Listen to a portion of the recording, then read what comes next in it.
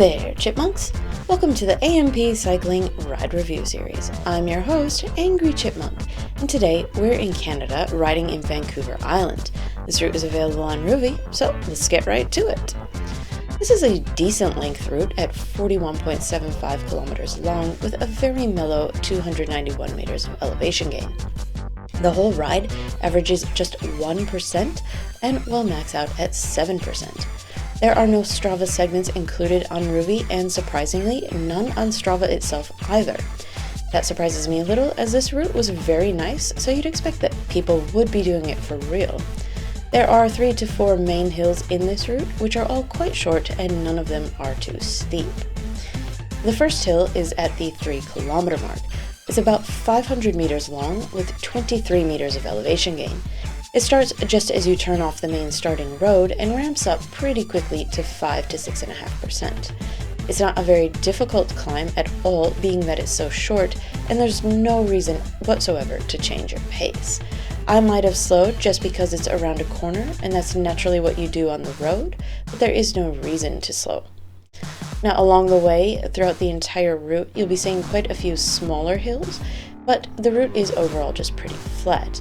They'll mostly be sticking to that 2 to 3% max range. The next bigger hill is at the 13.6 kilometer mark. It's about 1.3 kilometers long with 44 meters of elevation gain, peaking at 4.3%. Again, this one is really not very difficult, and there's no reason to slow your pace here at all.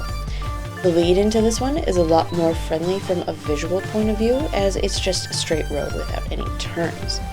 It really only changes how you might perceive coming into the hill, so despite it being a little longer, it's a little bit easier for the mind to push up it. There's a bit of a downhill following this one, so no need to conserve energy either. And the final hill of note is at the 31.3 kilometer mark. It's 1.2 kilometers long with 49 meters of elevation gain, peaking at that route max of 7.4%. This climb starts pretty mild and then ramps up at a fairly consistent rate with 5 to 7% in the middle before cooling back to 4 to 5% to the top. This is definitely the most difficult of the hills in this route, but again, you've got such a nice lead into it that there's no reason to back off here at all. And the terrain following it is also very mild, so there's no need to conserve any energy. The route is quite mild to the finish, with a small downhill leading into the finish line itself, and that's it. And for this ride, I would suggest a warm-up and cool-down that will reflect your intended effort. If you're wanting to take it easy throughout the entire ride, you can definitely use the course as part of your warm-up and cool-down. If you want to push pretty hard, I'd say to give it at least 5 minutes on either side so that you're ready to go from the flag drop. And as always, I recommend pre-fueling your rides. This one especially can be a good ride for a calorie deficit day. If you've pre-fueled and are pushing at a moderate rate, you can definitely get away with minimal fueling during the ride itself. If you're taking it easy, you can skip the ride snacks altogether. And if you want to push pretty hard though, I would suggest to have at least 10 grams on hand. I know a lot of people like to carb on rides, but I don't personally find a ride like this needs an overload of sugar.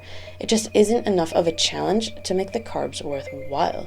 I wouldn't even say that this needs a post-ride protein, as the route is so mild and relaxed. Now, the view on this ride is a pretty solidly what you'd expect to see from Canada. We've got plenty of nice green forest on either side of the road the entire way. It was a bright sunny day when they filmed, so all of the colors really jump off the screen. It did start to get a little dull after about half the ride, as it is just the same view the entire time.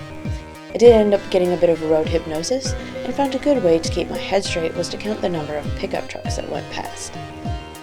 Now, I went at a moderately slow pace for this one and finished it in about 1.5 hours on 100% difficulty emulation. With the ability to use part of the course for your warm-up and cool-down, I would say to budget anywhere from 1 to 2 hours, depending on how hard you're wanting to go. It's definitely suitable for a moderate time gap, as well as being suited to stopping and starting up again anywhere along the route. Almost anywhere is a fine place to stop. I would just avoid stopping mid-hill. When I had picked this route to do for the day, I had really only looked at the elevation gain and somehow missed the fact that it's 41 kilometers long. It was a bit further than I had intended to do, hence the slower pace. But even with that unexpected distance, it was still not too bad for an evening spin afterward.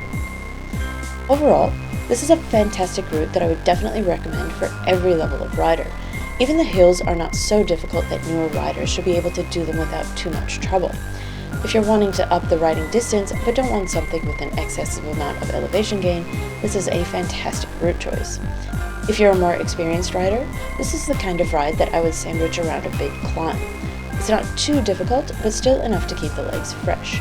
My only complaint is the repetitiveness of the view, so be sure to have your headphones handy in case you get bored. For this route, I give a 4 out of 5. I did enjoy this one, but again, it just got a little dull. The roads are all 2-lane, but they're quite busy. It's not terrible, but it's also not my favorite. For the climbs, 0.5 of 5 for all. None of the hills are difficult and should be doable by every level of rider. I do enjoy the accessibility of this route for anyone. For the view, 4 out of 5. Good view, but again, it's just the one view. Through the computer screen, a little samey. I would have enjoyed to see some wildlife, but an abundance of deep green trees is still pretty nice.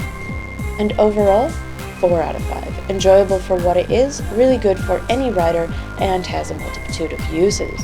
I would put this one in the ride queue and think about the best time to use it instead of just randomly picking it for the day. Well, that's it for this review, so thanks for watching, Chipmunks. Let me know what you think of the Vancouver Island route if you complete it.